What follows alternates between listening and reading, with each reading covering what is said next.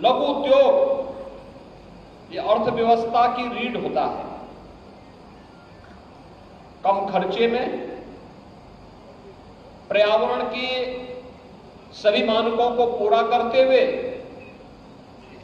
कम स्थान पर ज्यादा रोजगार का सृजन होना और ज्यादा परिवारों को आर्थिक स्वावलंबन की ओर अग्रसर करना, यह लघु उद्योग के माध्यम से ही संभव हो सकता है।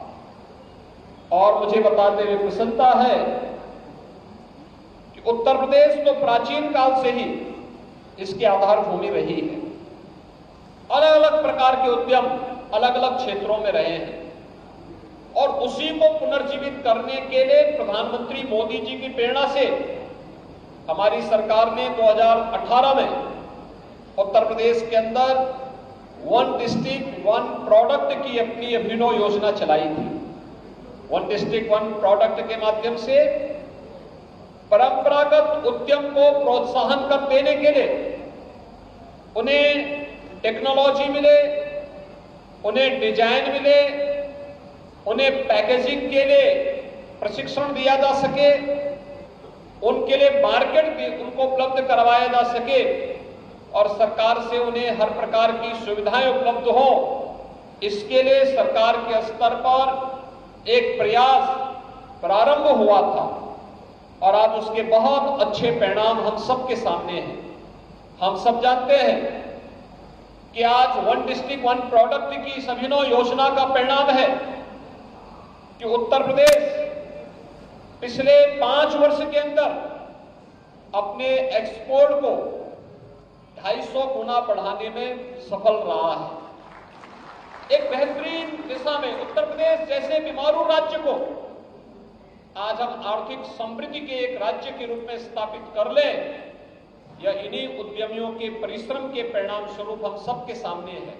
और इसीलिए उत्तर प्रदेश ने 2020 में अपनी एमएसएमई पॉलिसी के अंतर्गत इस बात की व्यवस्था की कि एमएसएमई पॉलिसी के अंतर्गत अगर कोई उद्योग लगाता है तो 1000 दिनों तक उसे किसी भी प्रकार की एनओसी की आवश्यकता नहीं। वह जाए, अपना उद्योग लगाए, अपना एप्लीकेशन सबमिट कर ले, सारी औपचारिकताएं अपनी पूर्ण 1000 दिनों के अंदर हो जाए, वहां प्रोडक्शन प्रारंभ करे, सारी सुविधाएं उसे उपलब्ध होती हुई दिखाई देगी। राज्य सरकार ने एमएसएमई उद्यमियों को प्रदेश के अंदर जीएसटी प्रदान करने वाले या जीएसटी रजिस्ट्रेशन करने वाले हर व्यापारी को भी 5 लाख रुपए की सुरक्षा बीमा का कवर दिया हुआ है। उत्तर प्रदेश देश का पहला राज्य है जिसने एमएसएमई उद्यमी को भी रजिस्ट्रेशन के साथ जोड़ करके उसको सुरक्षा बीमा का कवर दिया है। और मैं चाहूंगा कि यहां हमें इस कार्य को प्राथमिकता के आधार पर आगे बढ़ाना होगा। दूसरा, मेरा आप सभी उद्यमियों से एक बात का अनुरोध होगा। प्रदेश सरकार की बहुत सारी ऐसी नीतियां हैं जो आपका बहुत बड़ी समस्या का समाधान कर देती है। जैसे एमएसएमई पॉलिसी के अंतर्गत आने वाला कोई भी निवेश आपको एक नया प्लेटफॉर्म उपलब्ध करवाता है, लेकिन साथ साथ अगर आप अपने जो निवेश आपने किया है उस निवेश को टेक्नोलॉजी के साथ जोड़ने का तो कार्य सरकार ने किया ही है, चाहे वह निवेश सारथी पोर्टल हो, निवेश मित्र पोर्टल हो, निवेश होने के बाद ऑनलाइन इंसेंटिव का पोर्टल हो।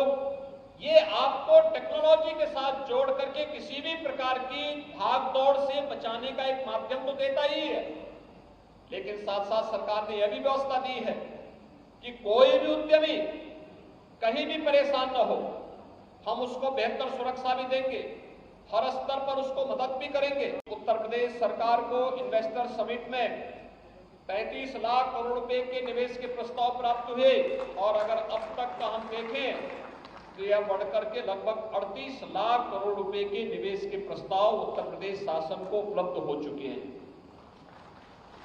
ये 38 लाख करोड़ रुपए का प्रस्ताव जिस दिन जमीनी धरातल पर उतरेगा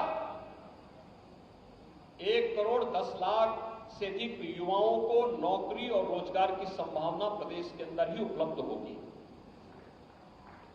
भाइयों बहनों, उत्तर प्रदेश सरकार इस दिशा में केंद्र सरकार के साथ मिलकर के निवेश के एक बेहतरीन गंतव्य के रूप में देश की सबसे बड़ी आबादी के राज्य को स्थापित करने के लिए पूरी प्रतिबद्धता के साथ कार्य कर रही है।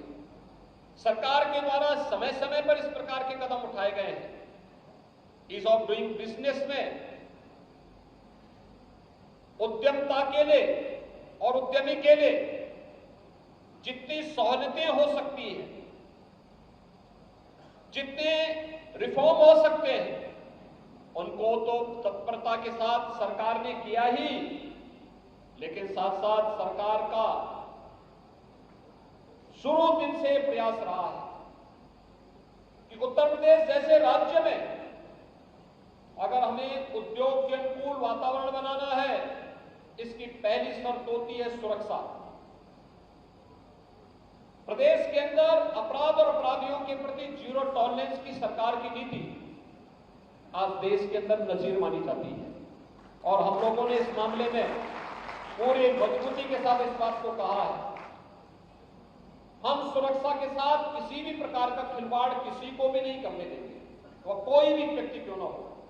अगर उसने सुरक्षा के साथ खिलवाड़ करने का दुस्साहस किया तो उसको उसका खामियाजा भी भुगतना पड़ेगा। और आज आप देखते होंगे प्रदेश में सुरक्षा का एक बेहतरीन वातावरण है। कानून व्यवस्था अपनी एक नजीर प्रस्तुत कर रही है। 2022 के विधानसभा चुनाव में पहली बार हुआ है जब कानून व्यवस्था किसी राज्य के अंदर चुनावी मुद्दा बने और कानून व्यवस्था के मुद्दे पर जनता का व्यापक समर्थन एक सिटिंग सरकार के साथ में खड़ा होता हुआ दिखाई दे। यह भी एक उदाहरण के रूप में हम सबके सामने है।